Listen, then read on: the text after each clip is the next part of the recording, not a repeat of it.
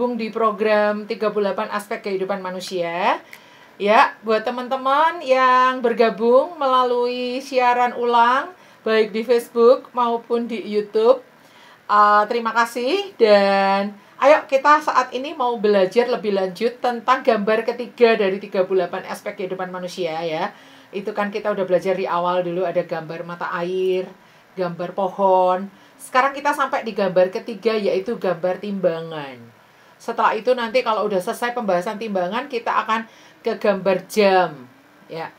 Mata air, pohon, timbangan, nanti ada gambar jam, gambar persimpangan jalan, gambar roda, gambar anak panah di tangan pahlawan. Satu lagi apa saya lupa. Total ada 8 gambar ya. Baik. Sebelumnya mari kita berdoa dulu. Tuhan, kami datang kepadamu mengucap syukur untuk hari ini, mengucap syukur untuk kebaikan-Mu, mengucap syukur untuk pertolongan-Mu, mengucap syukur untuk kasih setiamu sehingga hamba-Mu diberi kesehatan untuk mengajar Indonesia lewat siaran ini. Bersyukur atas semua rema-rema yang Tuhan bukakan dan semuanya boleh untuk hormat kemuliaan nama-Mu. Membangun segenap manusia Indonesia menjadi manusia yang sesuai dengan isi hatimu, ikut apa maumu, berjalan dalam kehendak-Mu, mengenal visi-Mu dalam hidupnya. Dan kami semua mengalami transformasi kehidupan. Di dalam nama Yesus kami berdoa mengucap syukur. Kami serahkan untuk jaringan, kami serahkan untuk listrik, kami serahkan untuk perangkat-perangkat yang kami pakai, kami serahkan untuk semua kebutuhan operasional Yayasan CCA, kami serahkan untuk semua yang kami lakukan ini, kelas ini bagi hormat kemuliaan nama-Mu. Di dalam nama Yesus penjagaan dan perlindungan-Mu sempurna. Semua platform yang kami gunakan, baik itu TikTok, Facebook maupun YouTube, semuanya dijagai Tuhan dari para plagiator dan juga dari para hacker. Di dalam nama Yesus kami berdoa mengucap syukur, haleluya, amin. Baik, saya akan segera share screen. Hari ini saya nggak menyiapkan video profil pembicara ya, karena minggu lalu kan sudah ya. Jadi terlalu dekat waktunya untuk saya putar video profil lagi ya. Baik, saya akan share screen di sini. Ya.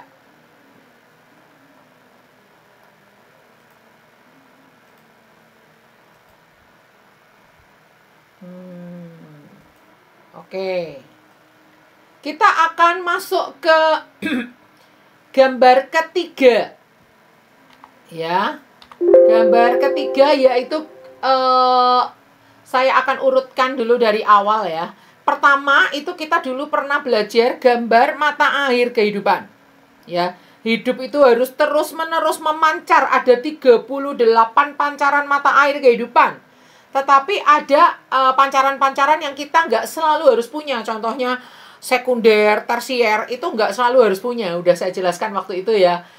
Dengan adanya makanan dan pakaian cukuplah, itu kata Rasul Paulus ya. Artinya Alkitab itu tetap mengakui ada unsur sekunder, ada unsur tersier, tetapi kita tidak harus punya itu. Ya. Nah, makanya kita harus berhati-hati terhadap teologi kemakmuran. Lalu kita pada saat itu saya menjelaskan bagaimana menang melawan 3 musuh dalam kehidupan kita, yaitu si kedagingan kita sendiri, pengaruh dunia yang jahat, dan juga iblis ya. Lalu mempertanggungjawabkan kehidupan. Kita banyak mengupas tentang Salomo pada saat itu ya, peta kehidupan Salomo. Dan Salomo ini satu-satunya tokoh Alkitab yang dimensi kehidupannya lengkap. 38 ini lengkap karena dia orang yang paling kaya, paling berhikmat, dan seterusnya ya. Pada saat itu saya menjelaskan bahwa dalam kehidupan Salomo ini sedikit sekali dia mengalami tekanan. Tapi ternyata pengajaran saya itu kurang tepat. Ya, kalau memang dibandingkan dengan kejayaannya, kekayaannya itu memang sedikit.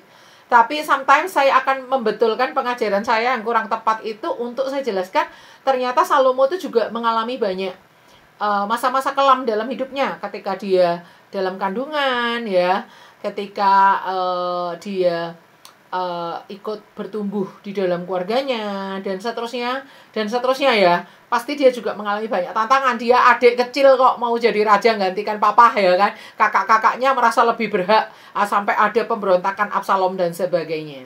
Nah, itu nanti kita akan kupas tersendiri ya, karena saya merasa berdosa nih. pengajaran saya nggak salah. Sebenarnya memang betul. Salomo itu sedikit sekali ngalami tekanan dalam hidupnya. Tapi sebenarnya kalau mau diteliti dari sejak dia dalam kandungan, itu dia mengalami banyak tekanan. Ya, baik, seperti itu. Lalu kita beranjak setelah belajar hidup itu harus terus-menerus memancar dalam 38 aspek hidup kita, walaupun nggak semua aspek itu kita harus punya. Berikutnya adalah kita belajar gambar yang kedua, yaitu hidup itu harus berakar, bertumbuh, dan berbuah. Itu gambaran dari prioritas. Buah itu nggak mungkin nggak ada kalau buah itu nggak mungkin ada kalau nggak ada akar. Batang itu nggak mungkin ada kalau nggak ada akar. Jadi itu urut, harus akar dulu, batang dulu, ranting, baru buah. Jadi hidup itu harus urut Tuhan. Kenapa kok Tuhan digambarkan akar? Karena iman itu dikatakan sebagai dasar yang nggak kelihatan, ya kan? Nah, akar itu iman kepada Tuhan. Menggambarkan iman kita kepada Tuhan itu seperti pondasi, akar. Nah, jadi harus urut 12 aspek ketuhanan dulu. Batang yang besar itu ternyata adalah pengambilan keputusan. Lalu rantingnya itu adalah komunitas-komunitas. Carangnya itu komunitas. Rantingnya adalah pekerjaan. Buahnya itu adalah pemenuhan kebutuhan. Jadi itu harus urut. Tidak boleh tidak urut. Saya lihat di TikTok ada seorang pengajar yang ngajarnya salah. Dia katanya, saya nggak setuju kalau kehidupan itu ada prioritasnya. Di checklist, ini Tuhan. Ini pekerjaan. Ini keluarga. Ini pelayanan. Berarti kalau di checklist seperti ini, salah. Karena di semua ini harus ada Tuhannya. Berarti kalau kita pisah-pisahkan nomor 1, nomor 2, nomor 3, nomor 4, berarti Tuhan nggak ada di aspek pekerjaan. Karena Tuhan sudah di aspek nomor 1. Itu salah pengajaran kayak gitu. Karena kehidupan manusia itu sebenarnya bisa digambarkan dalam 8 gambar. Yang dia inginkan bahwa di setiap aspek ada Tuhan, itu gambar roda. Tetapi gambar pohon ini juga ada, tetap ada prioritas. Karena kalau itu tabrakan antara pekerjaan, di mana kita bekerja di tempat yang tidak mengizinkan kita ibadah hari Minggu, ya jangan cari pekerjaan seperti itu. Kita akan kehilangan 12 aspek ketuhanan dalam hidup kita. Walaupun kita bisa berdoa di rumah, tapi bersekutu dengan saudara seiman, kita kehilangan kesempatan itu. Artinya prioritas ini menolong ketika tabrakan, kita harus utamakan yang mana? Nah, ternyata prioritas hidup kita itu harus akar dulu, batang, carang, ranting, buah. Harus nomor 1 aspek ketuhanan, nomor 2 pengambilan keputusan, nomor 3 itu komunitas, nomor 4 komunitas itu 2 ya, keluarga inti dan keluarga rohani. Kemudian setelah itu pekerjaan, setelah itu baru pemenuhan kebutuhan. Nah, perhatikan di sini, waktu kita membahas tentang hidup itu harus berakar, bertumbuh, berbuah, bicara tentang prioritas dalam hidup kita, kita udah mempelajari bedah dari Kejadian 1-5. Nah, yang ini tadi, review sebentar ya, teman-teman. Yang hidup itu adalah seperti air yang memancar, itu kita membedah Pengkhotbah 3 ayat 1-15. Lalu hidup itu harus berakar, bertumbuh, berbuah, prioritas dalam hidup kita. Itu kita membedah Kejadian pasal 1 sampai pasal 5. Lalu pada saat itu kita mengcompare antara Kejadian 1 sampai 5, kita compare, kita bandingkan dengan Pengkhotbah 3 ayat 1 sampai 15. Lalu kita banyak mengulik hidup Saul di sini. Ada degradasi visi hidup Saul, ada anak cucu orang benar vs anak cucu orang fasik. Lalu kita membahas kesalahan dan kesalahan visi daripada kehidupan Ahitofel. Lalu kita memetakan kehidupan Saul. Ya, pada saat membahas anak cucu orang benar dan anak cucu orang fasik itu kita membahas banyak tokoh di situ. Ada Rimon, ada Yonatan, ada Saul, ada Daud, ada Mephiboset. Kita kupas habis-habisan ya. Di situ saya harap melalui pengajaran yang poin gambar kedua ini, kita benar-benar nancep nih, hidup kita ini harus jangan sampai salah visi seperti Saul ya. Oke, nah sekarang kita masuk gambar yang ketiga, yaitu gambar timbangan. Hidup itu harus seimbang. Hidup itu harus seperti neraca atau seperti timbangan. Hidup itu harus seimbang seperti neraca, ya. Oke, Kita akan lihat ayatnya di dalam Mazmur 90 ayat 15. Kita akan berkutat di Mazmur 90 ini ada dua gambar. Yaitu hidup itu harus seimbang dan hidup itu harus berarti. Yang seimbang itu gambar jam, yang berarti yang seimbang itu gambar timbangan, yang berarti itu gambar jam. Artinya hidup itu bukan seberapa panjang atau pendeknya, tetapi kita mau isi hidup kita dengan apa. Itu nanti gambar selanjutnya, gambar jam. Sekarang ini kan kita sampai di gambar neraca kan, timbangan kan. Itu bicara tentang keseimbangan. Oke, sekarang kita masuk ke Mazmur 90, ayatnya yang ke-15. Katakan seperti ini. Buatlah kami bersukacita seimbang dengan hari-hari Engkau menindas kami. Sebentar, saya akan tutup pintu ya, supaya anak saya lagi latihan keyboard, suaranya nggak terlalu kencang di sini ya. Bentar.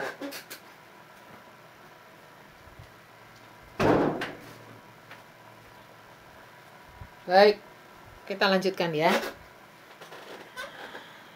Buatlah kami bersukacita seimbang dengan hari-hari Engkau menindas kami. Seimbang dengan tahun-tahun kami mengalami celaka. Berarti kan, engkaunya di sini huruf besar loh. Artinya Tuhan tuh akan membuat keseimbangan dalam hidup kita pada saat kita bersukacita dan pada saat kita ini ditindas dan pada saat kita ini mengalami celaka. Loh, kok bisa Tuhan menindas dan mengizinkan kita tahun-tahun ada yang mengalami celaka? Padahal kan firman Tuhan yang lain mengatakan bahwa rancangan Tuhan itu bukan rancangan kecelakaan. Dan Tuhan itu penuh kasih. Kok bisa Tuhan itu menindas? Aneh ayatnya ini ya. Keseimbangan di sini bicara tentang keseimbangan hari-hari ketika kita bersukacita.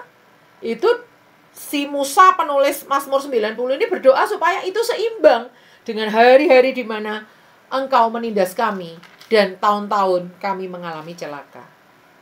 Nah, disinilah kalau kita biasa mendengarkan khotbah-khotbah yang teologi kemakmuran, berkat, terus yang dibicarakan, berkat, terus yang dikhotbahkan.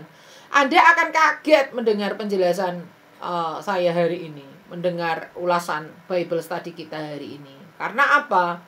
Tidak seperti itu Tuhan itu. Tuhan itu juga menindas kita. Tuhan itu juga mengizinkan tahun-tahun di mana kita mengalami celaka. Dan itu seimbang dengan bagaimana Tuhan memberikan sukacita.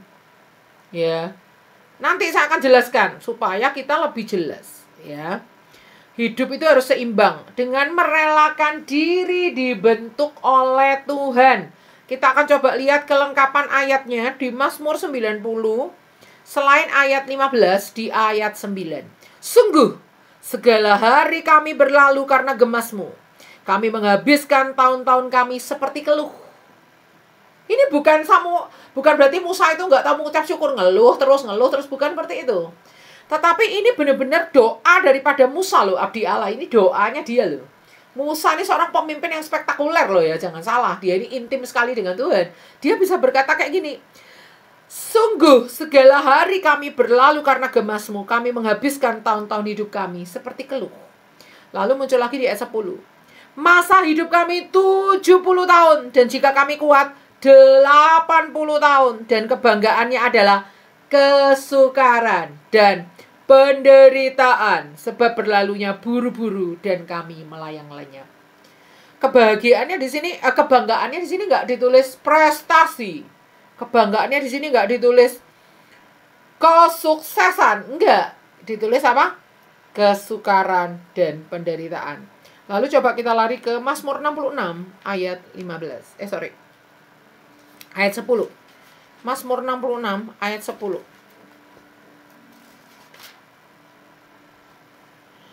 Sebab Engkau telah menguji kami ya Allah, telah memurnikan kami seperti orang memurnikan perak. Perak itu dimurnikan tuh nggak gampang, dibakar. Dan itu sakit. Untuk membakar perak itu, kenapa perak harus dibakar? Untuk menyingkirkan dia dari sanga-sanga yang nggak berguna. Sanga-sanga itu ya bisa kayak zat-zat yang dia itu bukan perak. Supaya dengan dibakar tuh dia menjadi perak yang murni. Terpisah dari sanga-sanga itu. Itu nggak enak. Itu bukan sesuatu hal yang gampang untuk kita lalui. Nah, ini kita pelajari dari doa Musa, abdi Allah di Mazmur 90. Ternyata kehidupan ini adalah soal bagaimana kita memahami dan bersedia menerima proses pembentukan dari Tuhan dalam hidup kita. Karena hanya dengan cara itulah hidup kita menjadi seimbang. Bentar, saya matikan dulu kipas angin supaya suaranya nggak berisik ya. Oke. Agak panas sedikit nggak apa-apa daripada suaranya berisik ya, Bapak Ibu Saudara. Jadi, kalau kita biasa dengar khotbah itu berkat terus, suatu saat kita diproses, diuji sama Tuhan, bisa jadi orang murtad loh. Meninggalkan Tuhan. Hati-hati dengan pengajaran teologi kemakmuran.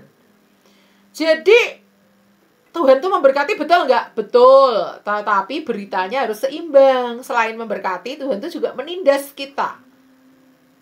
Emang bener sih Bu Grace, saya nggak pernah loh dengar pengajaran kayak gitu. Oke, kita akan bedah ini nanti ya. Bagaimana ketika Tuhan menindas kita, itu sebenarnya Tuhan itu memberi kita kesempatan untuk kita mengenal Dia lebih mendalam. Saya membaca buku tentang, saya lupa judul bukunya, tapi buku itu membahas kenapa sih Tuhan itu mengizinkan orang-orang atau manusia itu melewati yang namanya lembah kekelaman.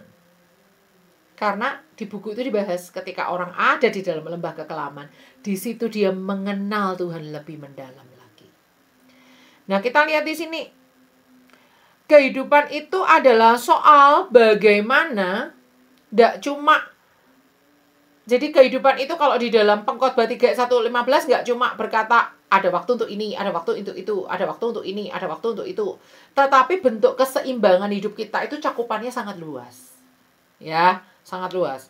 Baik, saya nggak memunculkan gambar-gambar yang lain di sini, kan ada 8 gambar. Tapi saya hanya munculkan gambar-gambar yang sebelumnya, yaitu mata air kehidupan, lalu pohon kehidupan. Nah, hari ini kita belajar yang neraca. Kehidupan itu seimbang.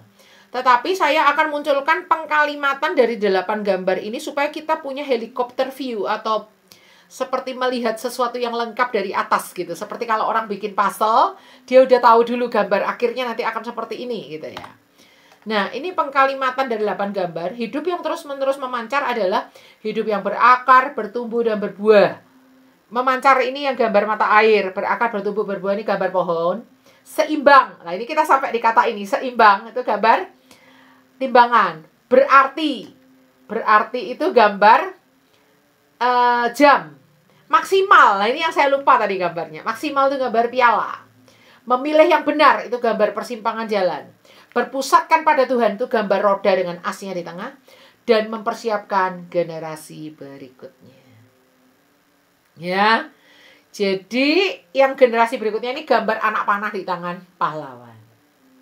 Jadi ini 8 gambar itu nanti akan menjadi seperti ini.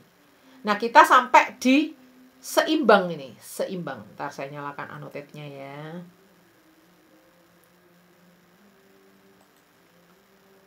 Oh, ini terlalu kecil. Nah, ini ya. Kita sampai di yang seimbang ini. Baik. Nah, sekarang kita akan mengulik Mazmur 90. Dari doa Musa di Mazmur 90 ini kita belajar keseimbangan dalam hidup dan bagaimana sih kita ini mengisi kehidupan kita supaya hidup kita itu bisa berarti.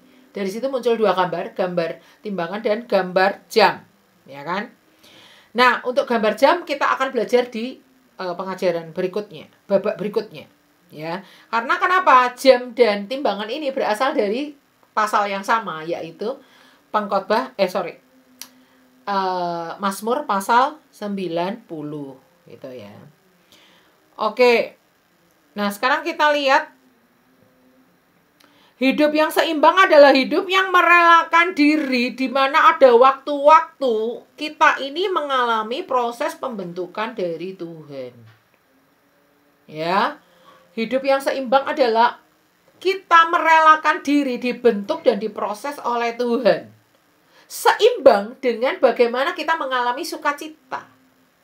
Jadi ini daftar isi kecil-kecilan ya di bab ini aja, yaitu mengulik Mazmur 90, konsep keseimbangan di Pengkhotbah 3 ayat 1-15, keseimbangan menurut Pengkhotbah 3 ayat 1-15, Musa lupa beristirahat, melihat keseimbangan dalam hidup Filipus, tabel keseimbangan hidup Filipus, generasi seperti apa yang dihasilkan, Deborah istri Lapidot, Samuel anak-anaknya tidak hidup seperti dianya ini dia Samuel maksudnya.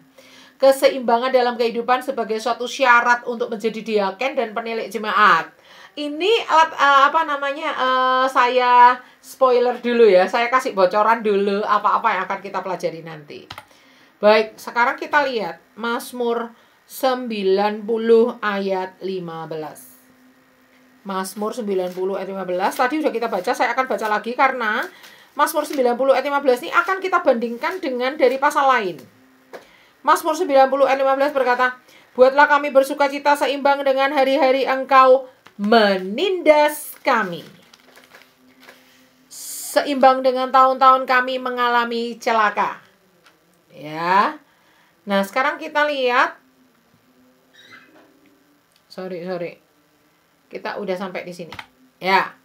Sekarang kita akan bandingkan Mazmur 90 ayat 15. Itu tadi kan muncul kata engkau menindas kami, engkaunya engkau huruf besar. Tuhan menindas kita. Itu muncul lagi di Mazmur 119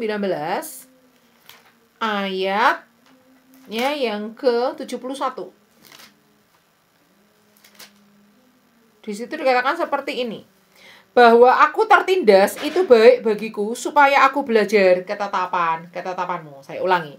Bahwa aku tertindas, muncul lagi kata tertindas di sini, itu baik bagiku supaya aku belajar ketetapanmu huruf besar. Nah, dari dua ayat ini muncul kata tindas, penindas. Itu adalah pakai kata ana. Ana, ya. Ana itu adalah kata yang sama yang muncul baik di Mazmur 90 ayat 15 maupun Mazmur 119 ayat 71.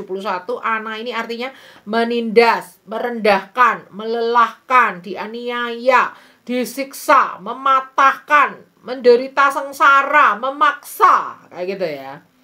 Nah, kenapa sih kok Tuhan itu menindas kita? Kita mungkin bertanya ya, Tuhan itu kan penuh kasih loh Bu Kris.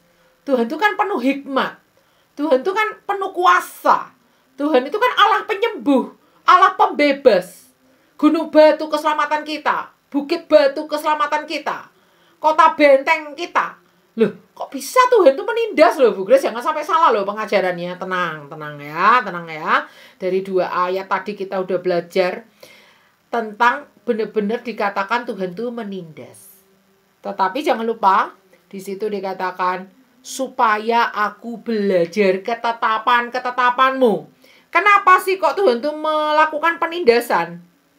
Tujuan Tuhan menciptakan manusia itu supaya manusia berbahagia. Benar ya? Kita udah belajar di awal tentang visi hidup manusia ya. Tuhan tuh kepengen manusia berbahagia. Tetapi Tuhan juga melakukan penindasan. Kenapa? Supaya manusia tuh belajar ketetapan Tuhan. Ujung-ujungnya apa? Ketika manusia belajar ketetapan Tuhan melalui Tuhan, caranya itu menindas. Disitulah kita akan ujung-ujungnya hidup berbahagia. Saya ulangi ya.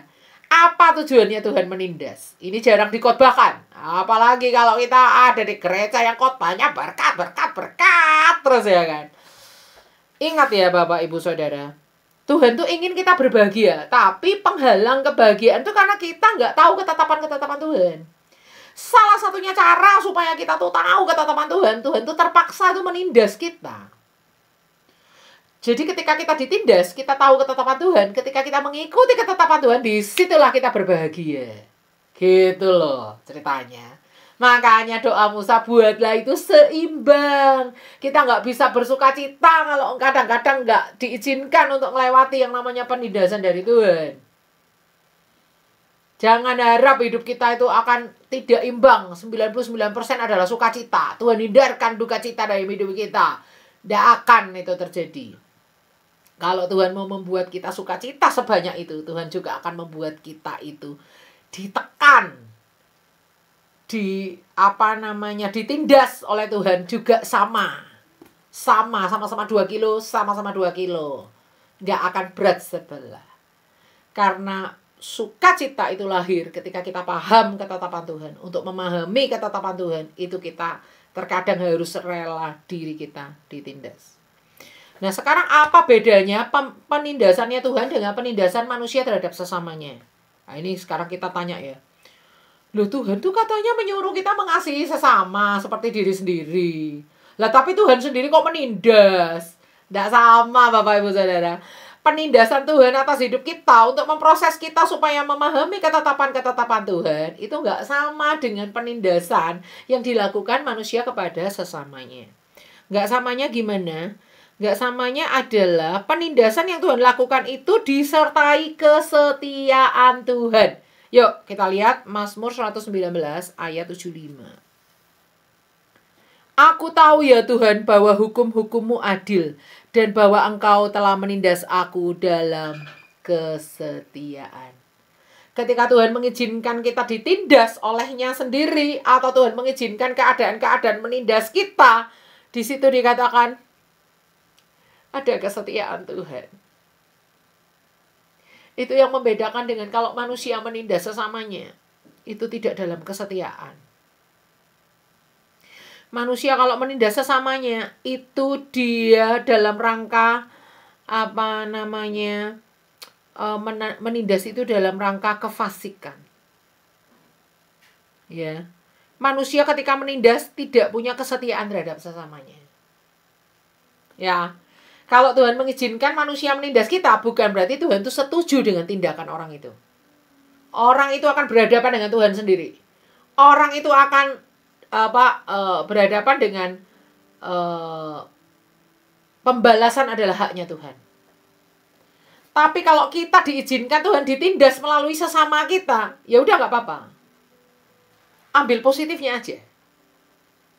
Kenapa saya tadi kayak hampir mau nangis gitu kata-kata saya, nada saya, suara saya. Karena saya itu sering ditindas. Kenapa? Karena banyak talenta Tuhan percayakan pada saya. Banyak orang iri sama saya. Akhirnya saya banyak ditindas. Jalan saya ditutup, kesempatan saya ditutup, saya nggak dilibatkan, saya didiskreditkan, saya dipojokkan, saya pokoknya mengalami banyak hal. Tapi justru Tuhan pakai materi ini untuk menguatkan saya sendiri. Salah satunya karena firman Tuhan itu pedang bermata dua, nggak cuma kena ke saudara, kena ke saya juga sebagai pemberitanya. Jadi apa bedanya Tuhan menindas manusia dengan sesama menindas sesamanya? Itu nggak sama.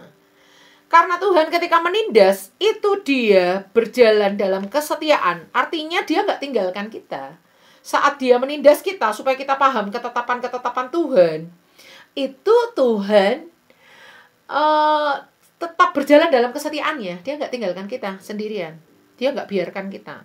Beda kalau manusia menindas sesamanya, yo nggak akan dia punya kesetiaan. Orang yang dia tindas tuh akan dia hancurkan kalau bisa sampai gepeng, sampai mati gitu ya. Sampai mati talentanya, mati reputasinya, mati kesempatannya, mati segala-galanya gitu ya. Tapi kalau Tuhan tuh enggak seperti itu. Bukan untuk tujuan kematian, tapi justru supaya kita dimurnikan. Justru supaya kita paham ketetapan-ketetapan Tuhan.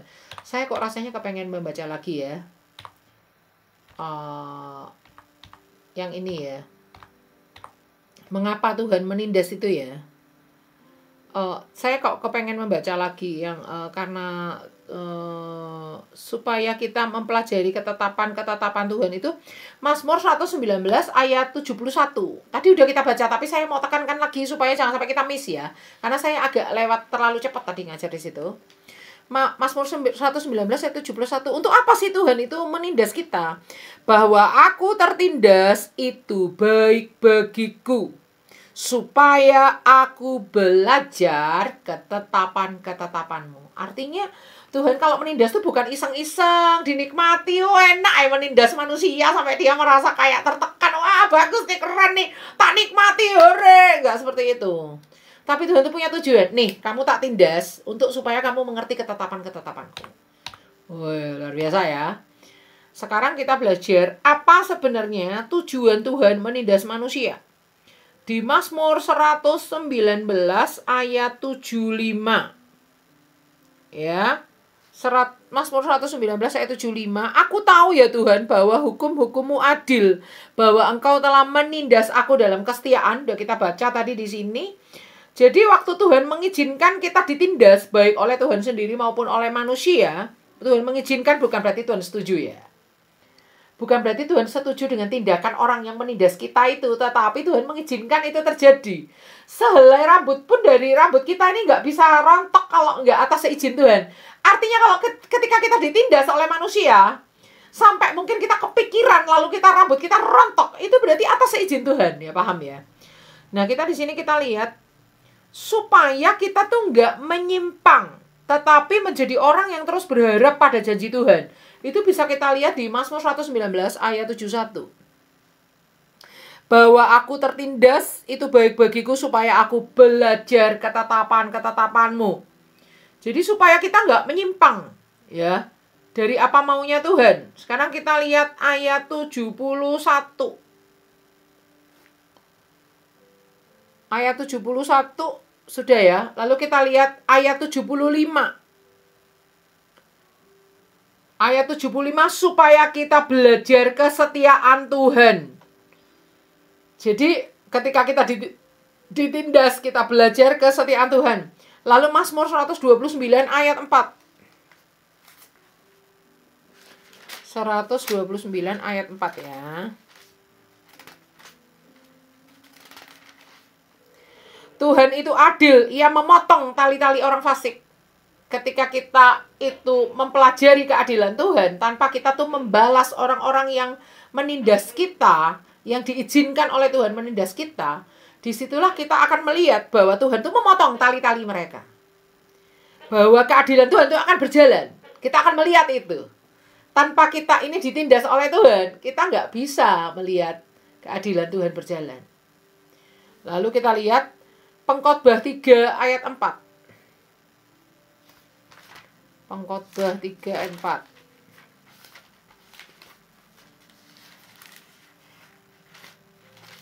Akan bacakan ya. Ada waktu untuk menangis, ada waktu untuk tertawa, ada waktu untuk meratap, ada waktu untuk menari. Ya. Ada waktu untuk menangis, ada waktu untuk meratap. Nah, kadangkala Tuhan mengizinkan kita ini menangis. Kita ini meratap. Kenapa? Karena ada keadilan dan kesetiaan Tuhan yang akan kita pelajari ketika kita diizinkan menangis dan meratap. Ya. Dan kita juga bisa mempelajari janji Tuhan. Bagaimana Tuhan menggenapi janjinya. Itu bisa kita lihat di Roma 12. Roma 12. Ayat 19. Sana dikatakan, saudara-saudaraku yang kekasih, janganlah kamu sendiri menuntut pembalasan, tetapi berilah tempat kepada murka Allah, sebab ada tertulis, pembalasan itu adalah hakku, akulah yang menuntut pembalasan, firman Tuhan. Tuhan kan janji, gak usah balas, itu pembalasan biar urusan Tuhan. Nah, ketika Tuhan janji itu, dan kita mau ngikut, Tuhan gak membalas orang-orang yang menindas kita, yang diizinkan Tuhan menindas kita, disitulah kita akan melihat bagaimana Tuhan itu membalas kepada mereka. Ya. Jadi kita akan melihat penggenapan janji Tuhan bahwa Tuhan itu belain kita. Walaupun kita kadang-kadang diizinkan untuk ditindas oleh orang-orang jahat, orang-orang fasik. Tapi saat itu Tuhan itu menunjukkan pembelaannya kepada kita. Nah, 1 Korintus 10 ayat 13, Tuhan mau ngapain sih kok Tuhan mengizinkan kita ini ditindas? Supaya kita ini mengalami jalan keluar yang Tuhan berikan. 1 Korintus 10 ayat 13. Nah, Bu Helen nih rajin nyatet ini, Bu Helen ini. Ya, catat ya, Bu. 1 Korintus 10 ayat 13, di sini dikatakan seperti ini. Pencobaan-pencobaan yang kamu alami ialah pencobaan-pencobaan biasa yang tidak melebihi kekuatan manusia. Sebab Allah setia. Dan karena itu, Ia tidak akan membiarkan kamu dicobai melampaui kekuatanmu. Pada waktu kamu dicobai, Ia akan memberikan kepadamu jalan keluar sehingga kamu dapat menanggungnya. Jalan keluar. Kalau kita nggak pernah ditindas, kita nggak pernah mengalami kesulitan. Kalau kita nggak pernah mengalami kesulitan, kita nggak pernah mengalami menemukan jalan keluar. Tapi ketika kita ditindas, kita ngalami kesulitan, Tuhan tunjukkan jalan keluar. Disitulah kita ngalamin Tuhan. Wah, luar biasa ya. Masa penindasan Tuhan. Jangan khawatir, masa penindasan Tuhan itu ada masa kadaluarsanya. Ya, coba kita akan lihat Kejadian 1, Kejadian 41 ayat 1. Ini terjadi pada Yusuf ya. Penindasan yang Tuhan izinkan terjadi dalam hidup Yusuf itu ada masa kadaluarsanya. Jadi Anda jangan berpikir, ya ampun sampai kapan ini, gitu ya. Nggak usah kayak gitu. Tenang, tenang ya. Tuhan itu punya satu masa sendiri ya. Dan masa itu ada kadaluarsanya. Kita lihat Kejadian 41 ayat 1. Setelah lewat 2 tahun lamanya, bermimpilah Firaun bahwa ia berdiri di tepi sungai Nil. Setelah 2 tahun. Bukan berarti Yusuf hanya dipenjara 2 tahun, bukan. Tapi Yusuf dipenjara sekian tahun, Alkitab nggak menulis berapa lama. Lalu setelah itu ada satu titik di mana dia menafsirkan mimpi juru roti dan juru minuman. Lalu setelah apa yang ditafsirkan itu terjadi, si juru roti itu, juru minuman itu dikembalikan kepada posisinya semula melayani Firaun. Nah, si juru minuman ini selama 2 tahun tuh lupa janjinya sama Yusuf untuk memperjuangkan perkaranya Yusuf bahwa dia itu di penjara itu sebenarnya dia nggak salah gitu loh. Nah, melupakan selama 2 tahun. Jadi Yusuf di penjara pasti lebih dari 2 tahun. Karena ini 2 tahun tuh terhitung sejak dia menafsirkan mimpi juru minuman dan juru roti itu. 2 tahun kemudian Firaun bermimpi. Siapa yang kasih mimpi Firaun? Tuhan. Di sini tercatat nggak berapa lama? 2 tahun. Nah, kita akan bandingkan dengan Mazmur 105. Mazmur 105 ayat 19.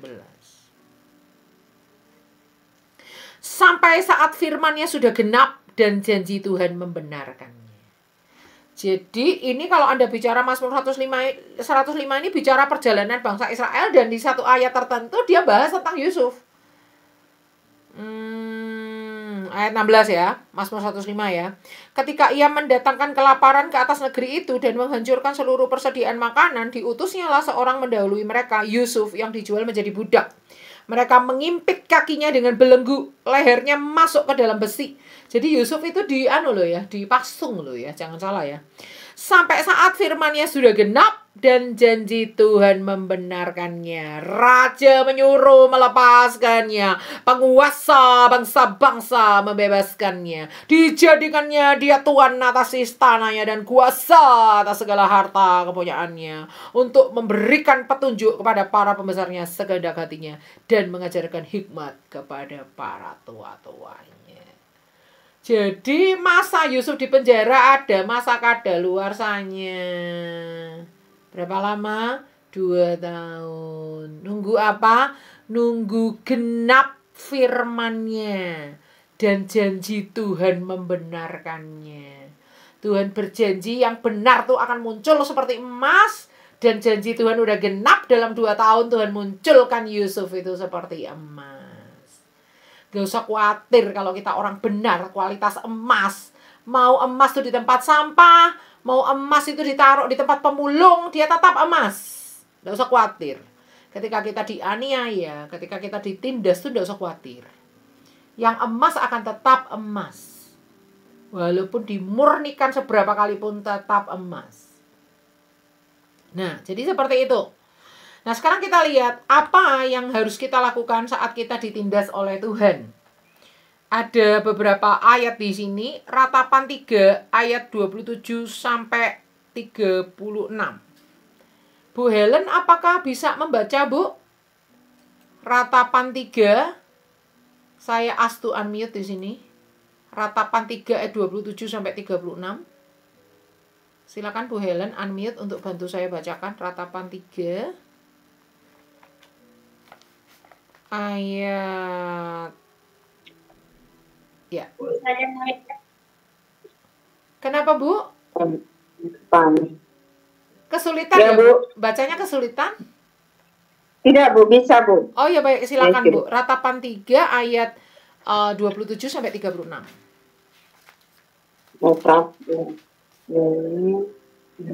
Ratapan Ratapan 3. Iya, sebentar. Ratapan 3 ayat 27 sampai 36. Lumayan panjang loh, Bu, ini. Terus 3 ayat berapa? Ayat 27 sampai 36. Ayat 7 sampai 36. Kita 3 orang lagi dengar, Bu. Oh, luar biasa. Shalom semua yang ada di sana. Bu Helen dan teman-teman ya, shalom. Ada mama, ada kakak. Oh iya, puji Tuhan. Selamat bergabung ya. Kita pesta firman Tuhan hari ini ya. Oke. Ayat 27 sampai 36. Silakan. Adalah baik bagi seorang pria memikul pada masa mudanya. Biarlah ia duduk sendirian dan berdiam diri kalau Tuhan membebankannya. Biarlah ia merebahkan diri dengan mukanya dalam debu, mungkin ada harapan. Biarlah ia memberikan pipi kepada yang menamparnya, biarlah ia kenyang dengan cercaan. Karena tidak untuk selama-lamanya Tuhan mengucilkan. Karena walau ia mendatangkan susah, ia juga menyayangi menurut kebesaran kasih setianya. Karena tidak dengan rela hati ia menindas dan merisaukan anak-anak manusia. Kalau dipijak-pijak dengan kaki tawanannya di dunia. Kalau hak orang dibelokkan di hadapan yang maha tinggi, atau orang diperlakukan tidak adil dalam perkaranya, masakan Tuhan tidak melihatnya. Ya, terima kasih. Makasih ya Bu Ellen. Wah, ini luar biasa loh ayat-ayat ini. Saya waktu dibaca ayat-ayat ini saya pun terberkati ya. Dikatakan Tuhan itu tidak dengan rela hati waktu menindas. Maksudnya terpaksa deh umatku tak tindas supaya mengenal hukum-hukumku, mengenal jalan-jalanku. Lalu apakah Tuhan itu diam aja kalau ada orang yang jahat memperlakukan kita semena-mena? Masakan Tuhan tidak melihat? Artinya ketika Tuhan mengizinkan kita itu ditindas, ada orang-orang fasik yang menindas kita, Tuhan tuh juga nggak diem aja sama orang itu. Tuhan juga akan ada urusan sendiri sama orang itu. Tuhan tuh melihat gitu. Luar biasa ayat-ayat ini ya, sangat memberkati saya sendiri ya. Lalu kita lompat ke ayat 31, di situ dikatakan tidak untuk selama-lamanya Tuhan mengucilkan. Artinya udah kita bahas tadi, masa penindasan yang Tuhan izinkan terjadi dalam hidup kita tuh ada masa kadaluarsanya. Tidak selama-lamanya itu akan terjadi, enggak. Saya bersaksi ya, saya punya anak nomor 3 itu meninggal dunia di usia 4,5 bulan. Tapi yang luar biasa adalah 2 bulan sebelum dia meninggal, ada seorang ibu pendeta yang kasih tahu saya, Bu Grace, aku mimpi. Bu Grace ada di suatu lembah yang gelap, yang kelam, kayak udah senja, matahari udah terbenam, udah nggak ada cahaya di situ. Bu Grace duduk sendirian. Lalu Tuhan kasih tahu aku, doakan Bu Grace. Pada saat itu saya mau pindah dari Madiun ke Magelang. Lalu dalam hati saya, apa-apaan mimpi seperti itu? Saya mau pindah ke Magelang aja happy-happy aja kok, nggak ada rasa sedih kok. Mimpi apa tuh? Saya kan nggak tahu kalau anak saya mau meninggal. Ternyata sebulan setelah si ibu pendeta ngomong gini tuh anak saya meninggal. 2 bulan setelah itu anak saya meninggal. Lalu yang luar biasanya, 2 bulan setelah anak saya meninggal, murid les saya di Madiun itu, waktu saya udah pindah Magelang, WA saya. Waktu itu belum ada WA ya. Entah SMS atau gimana, telepon saya atau apa, saya lupa ya. Lupa caranya dia memberi kabar tuh seperti apa. Dia kasih tahu gini, Bu Grace tahu nggak? Saya tuh nggak tahu menau kalau official anaknya Bu Grace tuh meninggal. Saya tahunya barusan ini loh, setelah itu terjadi 2 bulan yang lalu. Saya berhenti menepi dari mobil bersama dengan suami saya. Saya nggak melanjutkan perjalanan, saya menepi. Lalu saya bergandengan tangan dengan suami saya mendoakan Bu Grace sekeluarga. Waktu dia kasih tahu itu Tuhan ingatkan, ingat ya. 2 bulan sebelum anakmu meninggal dan 2 bulan setelah anakmu meninggal masih ada orang-orang yang aku gerakkan untuk doakan keluarga kalian. Wah, luar biasa. Wah, saya sangat terhibur. Oh, luar biasa ya Tuhan. Engkau begitu baik. Banyak pendoa-pendoa rahasia yang mendoakan kami sekeluarga. Nah, situ kita lihat. Tidak selama-lamanya Tuhan itu mengucilkan. Jadi, masa kita dianiaya, ditindas oleh Tuhan, yang katanya doa Musa tadi biarlah itu seimbang dengan sukacita yang Tuhan berikan, itu ada masa kadaluarsanya. Tuhan bisa mengubah dari kain kabung menjadi kain pesta. Tuhan bisa mengubah dari air mata menjadi tawa. Tuhan bisa mengubah dari masa berkabung menjadi masa pesta. Tuhan bisa mengubahkan itu. Ya, janji kemenangannya di situ. Ya, sekarang akan kita lihat Mazmur 116 ayat 10.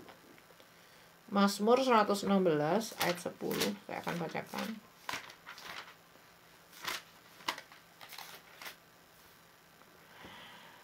Aku percaya sekalipun aku berkata, aku ini sangat tertindas.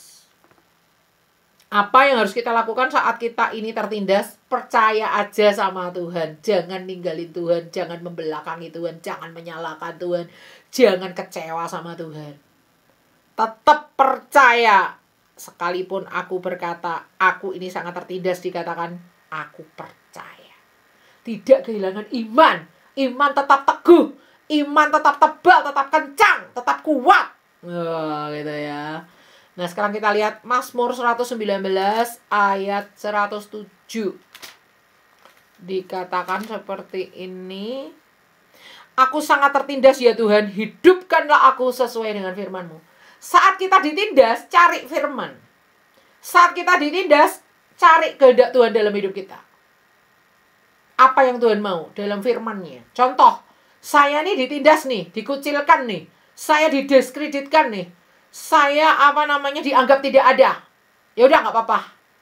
Apa yang firman Tuhan katakan, ampuni. Ya udah ampuni, walaupun nangis saya ngampunin orang-orang itu. Nangis saya, tapi firman Tuhan bilang ampuni, ya udah saya ampuni gitu. Nggak kepahitan, ya kan?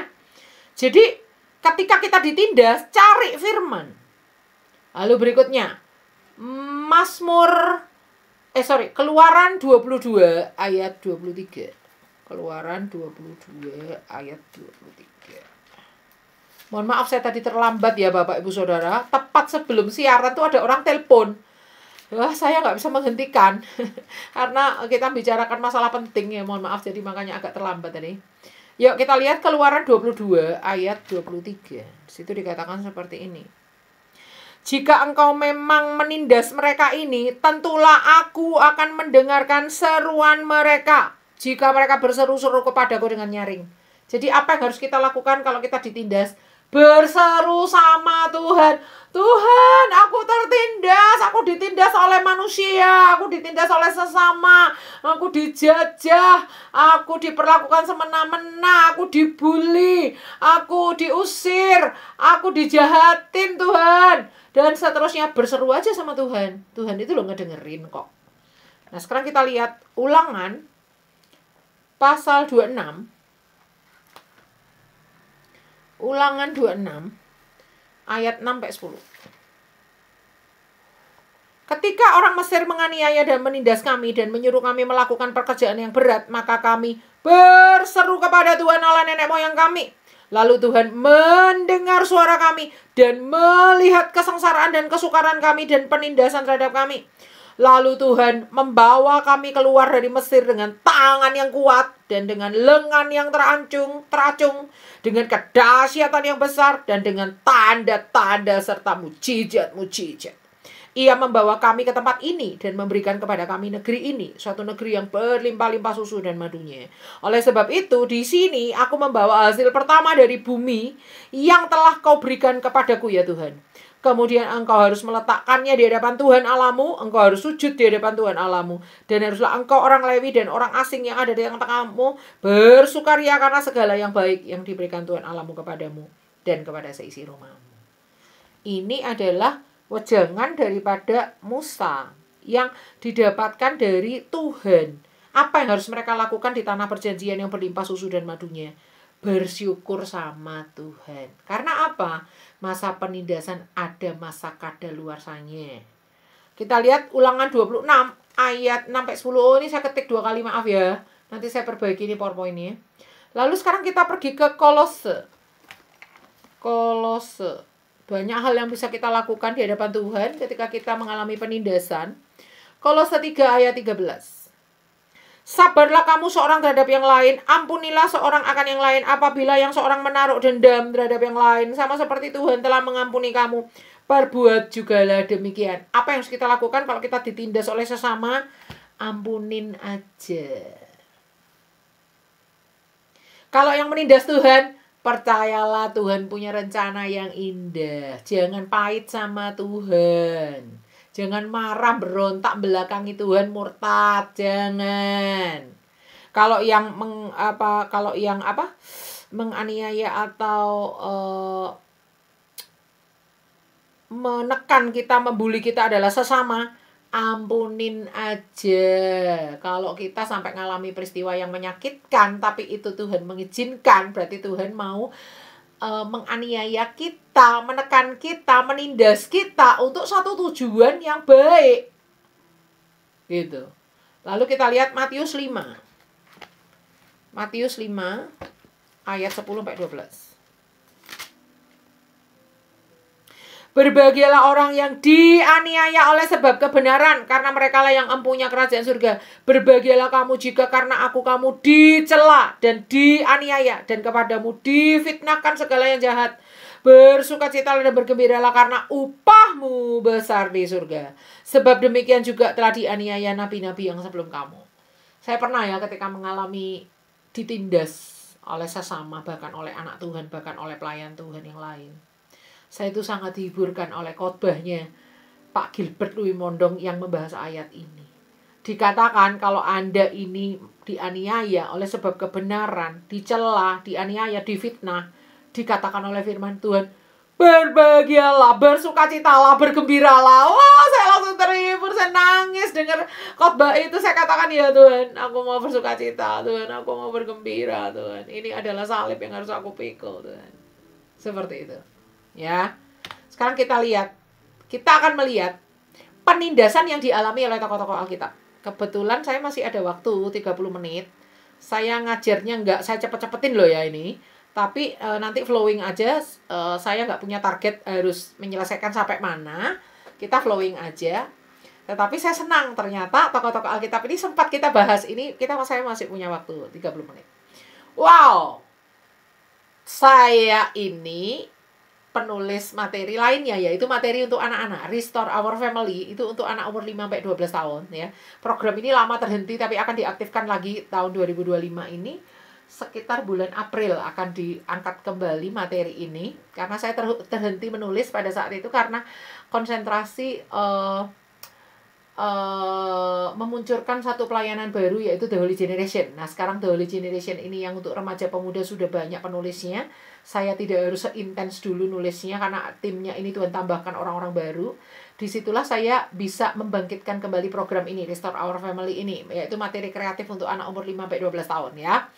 Nah, waktu saya bongkar-bongkar materi ini, saya ketemu tokoh-tokoh Alkitab yang mengalami penindasan. Karena di 1 minggu itu kita bicara semua tentang penindasan. Jadi anak-anak itu udah belajar tentang ini. Dan materi ini dipakai di Bali, di Jakarta, di mana-mana ya. Jadi anak-anak sekolah minggu pun itu lebih paham tentang penindasan. Karena pengajaran saya seimbang. Saya nggak mau terjebak pada pengajaran teologi kemakmuran ya. Jadi saya ini nggak mau terjebak. Jadi anak-anak pun sudah belajar keseimbangan dari kecil ya kan. Nah, kita lihat dari materi ini, pertama adalah tokoh Hagar. Ya. Kejadian 16 ayat 9 itu menunjukkan bahwa Hagar itu diperintahkan oleh Tuhan untuk pulang. Dan Tuhan mengizinkan Hagar hidup di bawah penindasan Sarai, nyonyanya. Kita lihat ya. Kejadian 16 ayat 9. Mungkin waktu kita bahas Mazmur-Mazmur tadi, Anda masih kayak belum yakin gitu loh.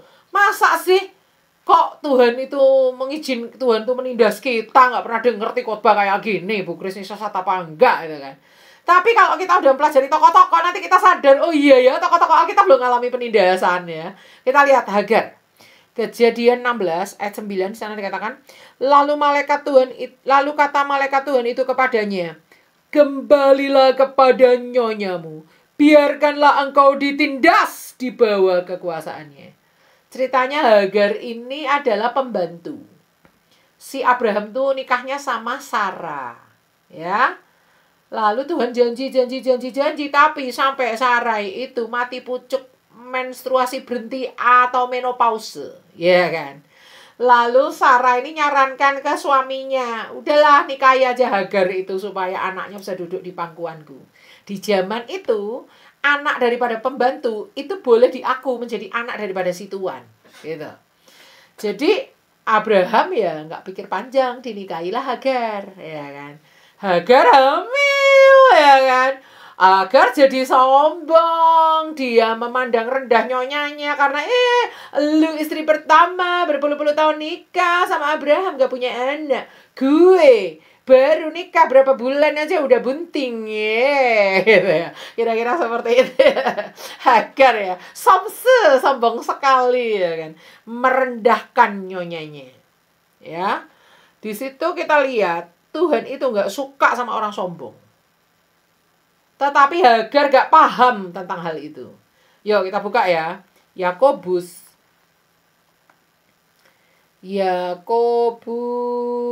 pasalnya keempat ayat yang ke-6. Saya akan bacakan. Sadarilah kemalamanmu. Yakobus 4 ayat 6. Oh ya benar, saya salah, saya baca ayat 9. Tetapi kasih karunia yang dianugerahkannya kepada kita lebih besar daripada itu. Karena itu ia katakan, ianya huruf besar Tuhan. Allah menentang orang yang congkak, tetapi mengasihani orang yang rendah hati. Ketika Hagar sudah mulai congkak, tinggi hati, merasa istri baru langsung hamil, merendahkan Sarai nyonyanya, dia perlu diajari Tuhan tentang kerendahan hati. Supaya dia tuh paham ketetapan-ketetapan Tuhan bahwa sombong itu enggak Tuhan sukai. Ya. Lalu kita lihat Mazmur 119 ayat 71 dan ayat 75. Udah kita baca berulang-ulang tadi ya. Mazmur 119 ayat 71. Bahwa aku tertindas itu baik bagiku supaya aku belajar ketetapan-ketetapanmu. Di sini Hagar mau diajak Tuhan untuk mempelajari kerendahan hati. Sombong, Tuhan tidak suka kesombongan. Lalu ayat 75. Aku tahu ya Tuhan bahwa hukum-hukummu adil dan bahwa engkau telah menindas aku dalam kesetiaan. Makanya gak heran malaikat Tuhan berkata begini. Kembalilah kepada nyonyamu. Biarkanlah engkau ditindas di bawah kekuasaannya. Tuhan tuh ya udah tahu Hagar melarikan diri karena dia ganti ditindas sama Sarai. Sarai protes sama suaminya. Lalu suaminya bilang, ya udah kamu lakukan aja sekehendak hatimu sama Hagar. Suka-suka kamu, terserah mau apain Hagar, itu bahasanya sehari-harinya gitu ya. Akhirnya Sarai menindas Hagar. Hagar, sini. Wah, apa-apaan ini? Nyapu gak bersih? Ya, kira-kira kayak gitu ya. Padahal udah sebersih mungkin. Kamu itu mentang-mentang kamu hamil pura-pura capek ya? Kamu kerja ya? Kira-kira kayak gitu. Hagar gak tahan, lari. Tapi aneh, ketika dia melarikan diri malah Tuhan bilang, kembalilah kepada nyonyamu.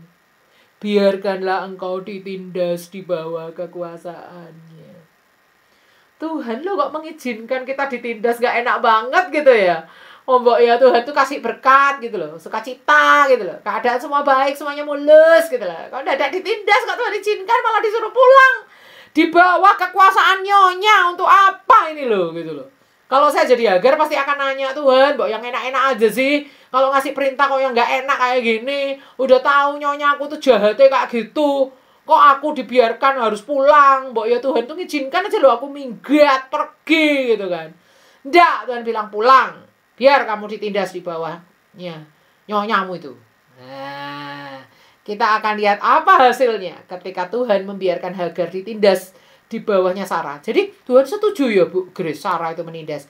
Enggak, Tuhan tetap enggak setuju. Yang dilakukan Sarah itu tetap salah. Yang dilakukan Sarah itu tetap salah. Sarah akan punya urusan sendiri dengan Tuhan. Tetapi Tuhan mengizinkan Hagar di bawah penindasan Sarah. Artinya Tuhan tidak menghalangi. Tuhan tidak menghindarkan Hagar dari hal itu. Malah Hagar disuruh pulang. Disuruh di bawah penindasan nyonyanya. Kita lihat apa perubahan yang terjadi dalam hidup Hagar. Kejadian 21 ayat 10. Kita lihat. Berkatalah Sarah kepada Abraham, usirlah hamba perempuan itu. Ada muncul kata hamba di situ ya. Sebab anak hamba ini, muncul hamba lagi ya, tidak akan menjadi ahli waris bersama-sama dengan anakku Ishak. Lalu kita lompat ke ayat 12. Tetapi Allah berfirman kepada Abraham, janganlah sebal hatimu karena hal anak dan budakmu itu, muncul kata budak di sini. Dalam segala yang dilakukan Sarah kepadamu haruslah engkau mendengarkannya, sebab yang disebut keturunanmu ialah yang berasal dari Ishak. Lalu kita lompat ke ayat 13. Jadi keturunan dari hambamu ini, muncul kata hamba lagi, akan kubuat menjadi suatu bangsa karena ia pun anakmu. Jadi muncul kata hamba budak itu 4 kali. Padahal kalau kita lari ke pasal di mana Hagar itu diperistri oleh Abraham di Kejadian 16. Ya, kita lihat ya. Kita lihat ya dari ayat 2. Berkatalah Sarai kepada Abram, engkau tahu Tuhan tidak memberi aku melahirkan anak. Karena itu baiklah hampiri hambaku itu. Muncul kata hamba 1 kali ya.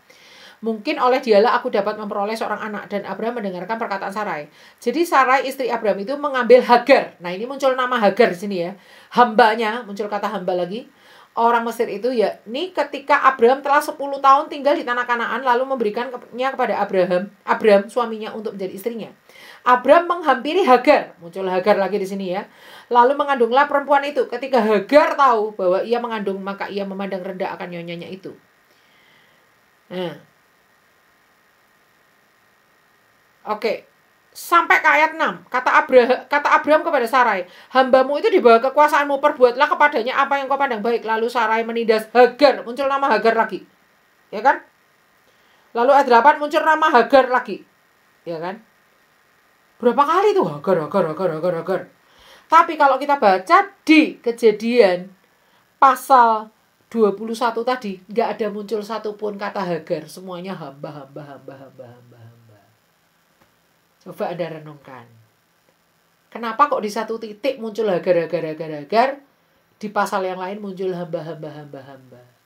Hagar yang diproses oleh Tuhan lewat penindasan daripada Sarai. Diizinkan Tuhan ditindas oleh Sarai nyonyanya. Harga diri kesombongannya udah rata dengan tanah. Sekarang dia menjadi seorang hamba. Walaupun dia diperistri, dia istri kedua, dia tetap memposisikan diri sebagai hamba. Dan Tuhan tuh janji luar biasa loh. Bahwa anakmu Ismail ini akan menurunkan 12 raja. Keren loh. Karena dia pun anakmu. Luar biasa loh. Keren loh Tuhan itu. Artinya Tuhan tuh nggak menutup mata terhadap Ismail. Tuhan nggak menutup mata terhadap Hagar. Ketika Hagar mau diproses sama Tuhan, Tuhan janjikan yang baik-baik sama Hagar. Dan janjinya itu digenapi. Benar-benar Ismail itu menghadirkan 12 raja. Menurunkan 12 raja. Keren kan? Makanya kenapa Hagar itu diizinkan Tuhan ditindas di bawah nyonyanya. Karena tuh Hagar perlu belajar ketetapan Tuhan. Bahwa Tuhan tuh membenci orang yang congkak. Mengasihi orang yang rendah hati. Kalau Hagar gak lulus di dalam ujian ini, proses penindasan Tuhan ini, dia nggak akan bisa dipakai Tuhan menurunkan Ismail yang akan menjadi pemimpin 12 raja. Nggak akan itu, nggak akan terjadi. Itu hanya terjadi ketika Hagar mau diproses sama Tuhan. Oh keren ya. Sekarang kita lihat Yusuf. Wah, Yusuf ya. Wah luar biasa firman Tuhan hari ini.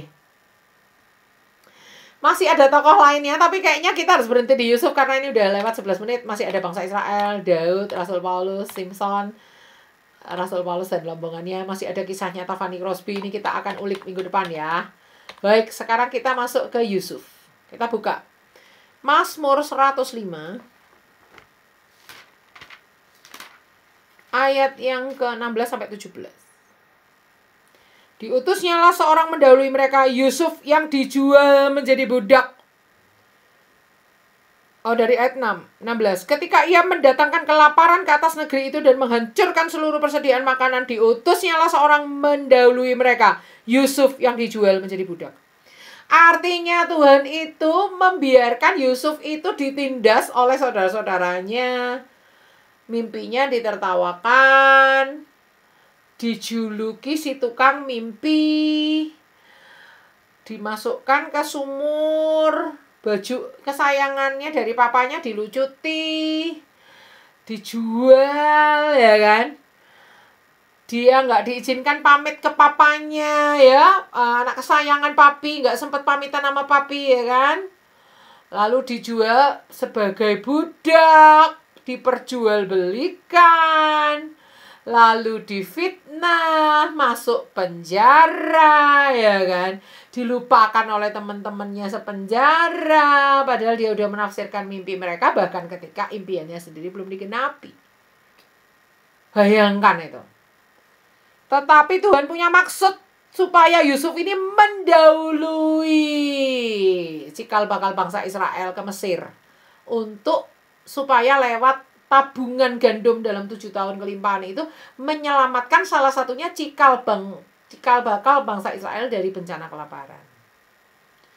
Loh, ngapain Tuhan kok harus ada bencana kelaparan? Ya, itu pengaturan Tuhan lah. Mungkin untuk tanah di seluruh muka bumi ini perlu waktu jeda, perlu waktu istirahat untuk berbuah. Bisa saja, kita nggak tahu ya apa rencana Tuhan ya. Kita nggak tahu. Tapi yang jelas kelaparan itu harus terjadi. Dan cikal bakal bangsa Israel itu harus terselamatkan. Bagaimana cara Tuhan? Yusuf disuruh ke Mesir duluan. Ya. Kita lihat Mazmur 105 ayat 18. Mereka mengimpit kakinya dengan belenggu, lehernya masuk ke dalam besi. Ini berarti Yusuf ini dipasung. Kita mungkin nggak pernah membayangkan Yusuf dipasung kan? Karena kita kalau baca Yusuf cuma di kitab Kejadian, kita nggak compare dengan Mazmur 105. Kalau kita compare dengan Mazmur 105 baru kita paham, Yusuf tuh dipasung loh leher dan kakinya, nggak main-main loh. Kenapa kita jarang membayangkan Yusuf tuh dipasung? Karena kita kalau baca di kitab Kejadian, Yusuf tuh di penjara tuh dipercaya, ya benar, dipercaya, tapi dia tetap melewati proses awal di mana dia dipasung, karena kan pasal yang dikenakan pada dia kan pasal perkosaan. Kalau dia nggak dipasung takut memperkosa tuh narapidana lainnya, ya kan? Bahaya, ini orang membahayakan nih, memperkosa loh istri Potifar loh, ya kan? Tapi ketika dia menunjukkan itikat baiknya dan sebagainya, lama-lama dia dipercaya. Tapi ada ayat yang mengatakan dia dipasung. Nggak semudah itu kita membayangkan, oh Yusuf di penjara tuh enak-enak kok dia jadi orang kepercayaan. Nah itu kan tahap akhirnya, tahap awalnya harus kita baca dari kitab Mazmur dong. Nah kita lihat Kejadian 45 ayat 5. Kejadian 45 ayat 5. Sana dikatakan seperti ini.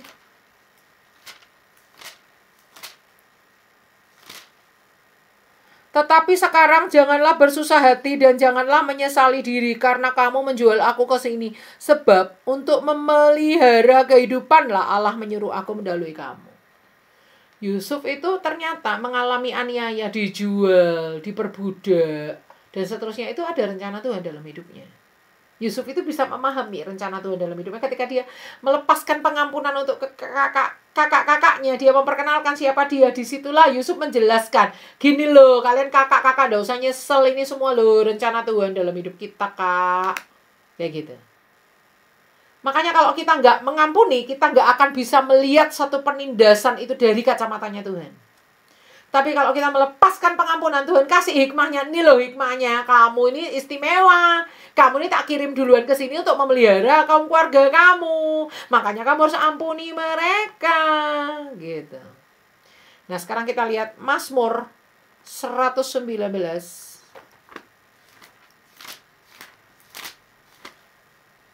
Ayat 71 udah kita baca tadi ya.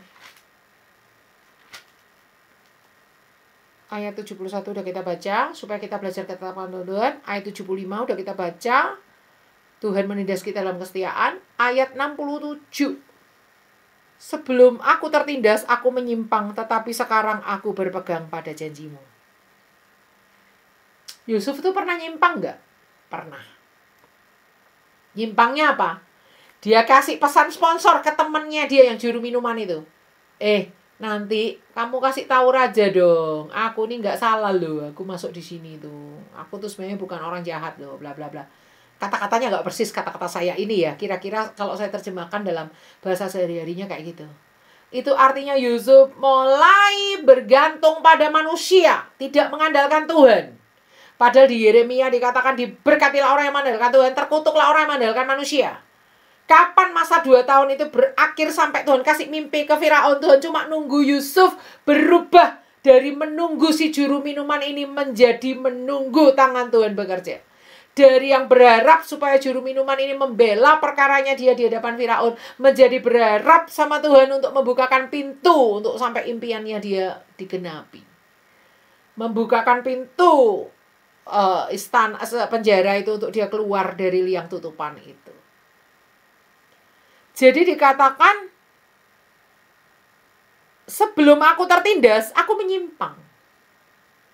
Tetapi sekarang aku berpegang pada janjimu. Artinya penyimpangan yang dilakukan oleh Yusuf atau oleh kita kebanyakan ini adalah bersandar pada manusia, bersandar pada tabungan, bersandar pada deposito, bersandar pada gelar, bersandar pada nama baik, nama besar, nama terkenal, bersandar pada relasi, bersandar pada jaringan, bersandar pada prestasi, bersandar pada talenta, bersandar pada ijazah, bersandar pada kesehatan, bersandar pada nama baik, bla bla bla bla bla. Itu semua bisa dirangkum dalam satu kata, dalam satu frase, bersandar pada manusia. Manusia itu ada banyak macam, nama baiknya lah, gelarnya lah, tabungannya lah, kedudukannya lah, posisinya lah, kekuasaannya lah, apalah. Gitu. Terkutuk. Tapi diberkatilah orang yang mengandalkan Tuhan. Di sini Tuhan menunggu Yusuf sampai berhenti mengandalkan juru minuman itu. Sekarang mulai andalkan Tuhan. Begitu Yusuf hatinya berbalik mengandalkan Tuhan, di situ Tuhan buka jalan. Dereng. Tuhan kasih mimpi kepada Firaun. Kita lihat ya, Kejadian 40 ayat 1 sampai 3. Kejadian 40 ayat 1 sampai 3. Sesudah semuanya itu terjadilah bahwa juru minuman Raja Mesir dan juru rotinya membuat kesalahan terhadap tuannya Raja Mesir itu. Maka murka Firaun kepada kedua pengawal istananya. Maka murkalah Firaun kepada kedua pengawal istananya, kepala juru minuman dan kepala juru roti itu. Ia menahan mereka dalam rumah kepala pengawal raja dalam penjara tempat Yusuf dikurung. Jadi sebenarnya dua orang ini bukan satu benar satu salah, dua-duanya salah. Bahwa juru minuman Raja Mesir dan juru rotinya membuat kesalahan. Dua-duanya salah. Tapi perhatikan di ayat 20 sampai ayat 22. Dan terjadilah pada hari ketiga, hari kelahiran Firaun. Jadi Firaun tuh ulang tahun, ceritanya gitu ya. Maka Firaun mengadakan perjamuan untuk semua pegawainya. Oh, dia ngadain pesta gitu ya. Ia meninggikan kepala juru minuman dan kepala juru roti itu di tengah-tengah para pegawainya. Dua-duanya dibombong lagi, diangkat lagi ya kan. Kepala juru minuman itu dikembalikan ke dalam jabatannya sehingga ia menyampaikan pula piala ke tangan Firaun. Tetapi kepala juru roti itu digantung seperti yang ditakbirkan Yusuf kepada mereka. Jadi sebenarnya dua-dua ini salah, nggak ada yang namanya juru minuman benar, juru roti salah, makanya Tuhan hukum. Si juru minuman ini selamat, juru roti itu dihukum. Enggak, dua-duanya salah. Jadi kenapa dicatat dari ulang tahun Firaun? Karena Firaun ulang tahun, dia seperti kalau raja itu memberikan grasi, amnesti, abolisi gitu loh. Saat itu Firaun suka-suka dia. Dari dua orang ini mana yang mau dipekerjakan lagi, mana yang mau dihukum. Suka-suka dia lah, dia ulang tahun kok, ya kan. Jadi si Firaun ini menggunakan kewenangan dia, otoritas dia sebagai seorang raja untuk menyelamatkan si juru roti itu si juru minuman itu kembali kepada tugasnya yang semula dan menghukum si juru roti, padahal dua-duanya sebenarnya salah. Tetapi Tuhan membuat ini terjadi karena apa? Sudah ditafsirkan mimpinya oleh Yusuf, maka seperti itulah nanti terjadinya. Bukan karena ini juru roti salah, pasti dia kena hukuman nih. Juru minuman bener, pasti dia diangkat lagi. Enggak loh, dua-duanya salah loh ya. Tapi Yusuf ketika menafsirkan mimpi itu sesuai dengan mimpi yang Tuhan taruh pada dua orang ini. Seperti itu. Nah, kita lihat di sini. Kejadian 41 ayat 1. Setelah lewat 2 tahun lamanya, bermimpilah Firaun bahwa ia pergi ke tepi sungai ini. Ya. Kita kembali ke Mazmur 119 ayat 67, udah kita bahas tadi. Mazmur 105 ayat 19. Yuk kita lihat Mazmur 105 ayat 19.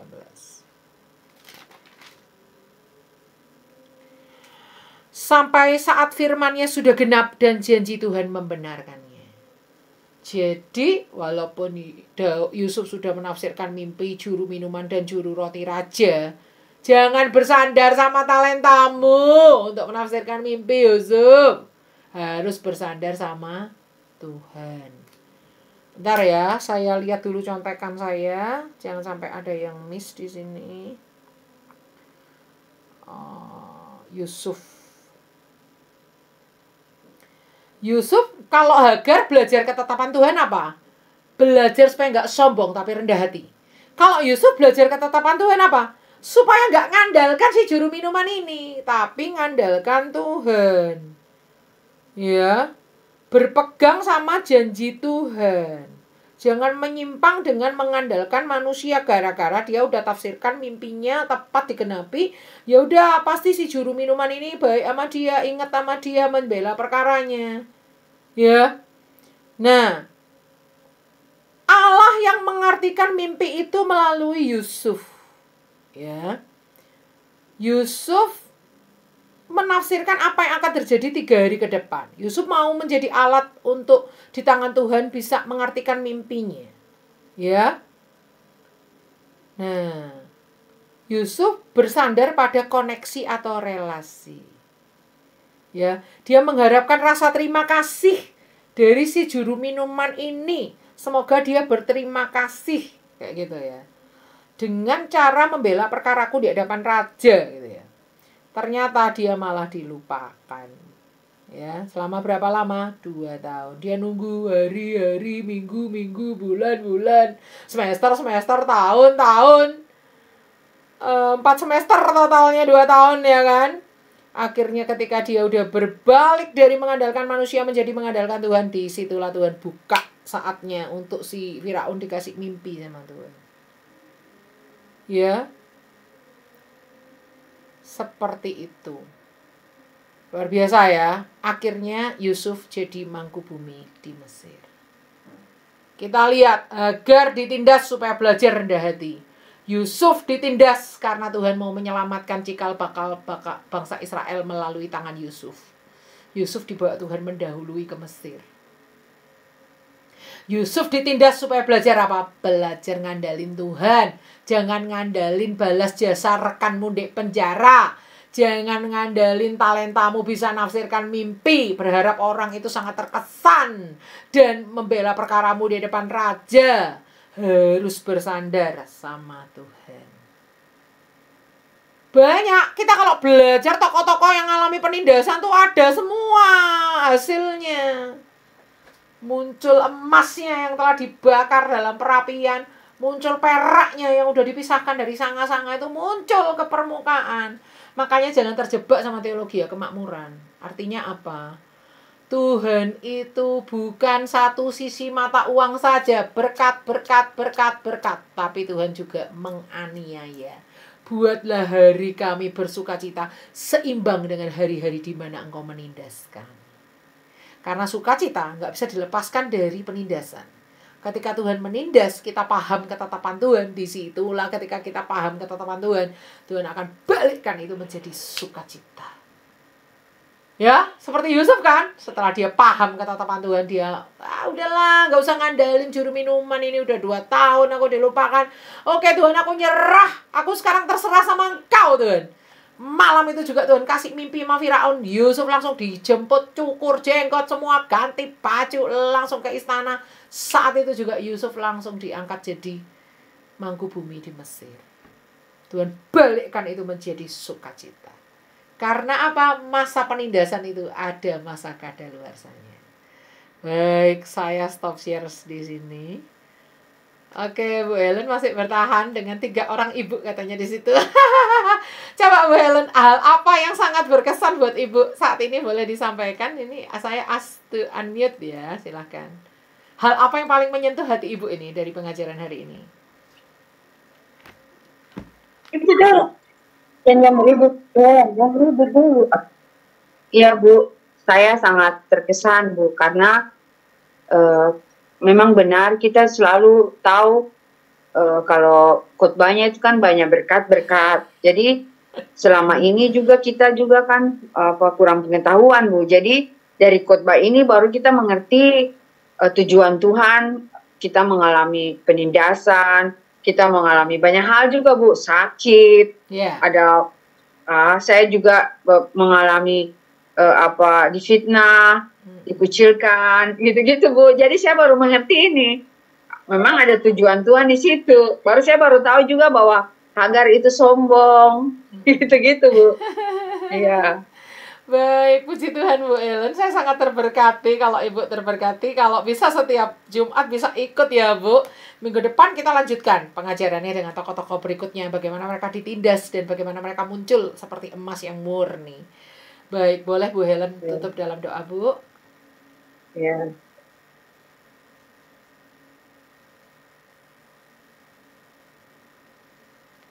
Silakan dipimpin doa Bu.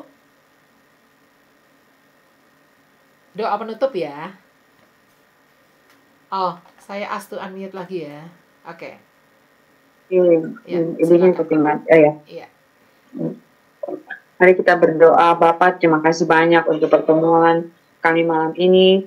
Terima kasih Tuhan Yesus bahwa banyak hal yang kami pelajari Tuhan, dari yang kami tidak mengerti, bahwa kami mengerti Bapa bahwa hidup kita harus seimbang Tuhan, bahwa hari-hari seimbang dengan sukacita, seimbang dengan penindasan.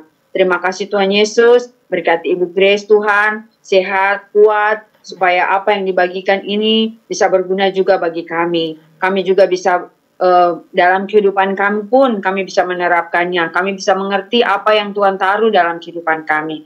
Terima kasih Tuhan Yesus, di dalam nama Yesus hamba berdoa. Amin. Amin. Makasih Bu Helen untuk waktunya. Thank you semua teman-teman yang udah belajar lewat siaran ulang. Kita ketemu lagi Jumat depan ya. Tuhan berkati. Oh ya Bu Helen, nanti WA saya lagi ya. Oke, God bless you all. Terima kasih Bu. Iya.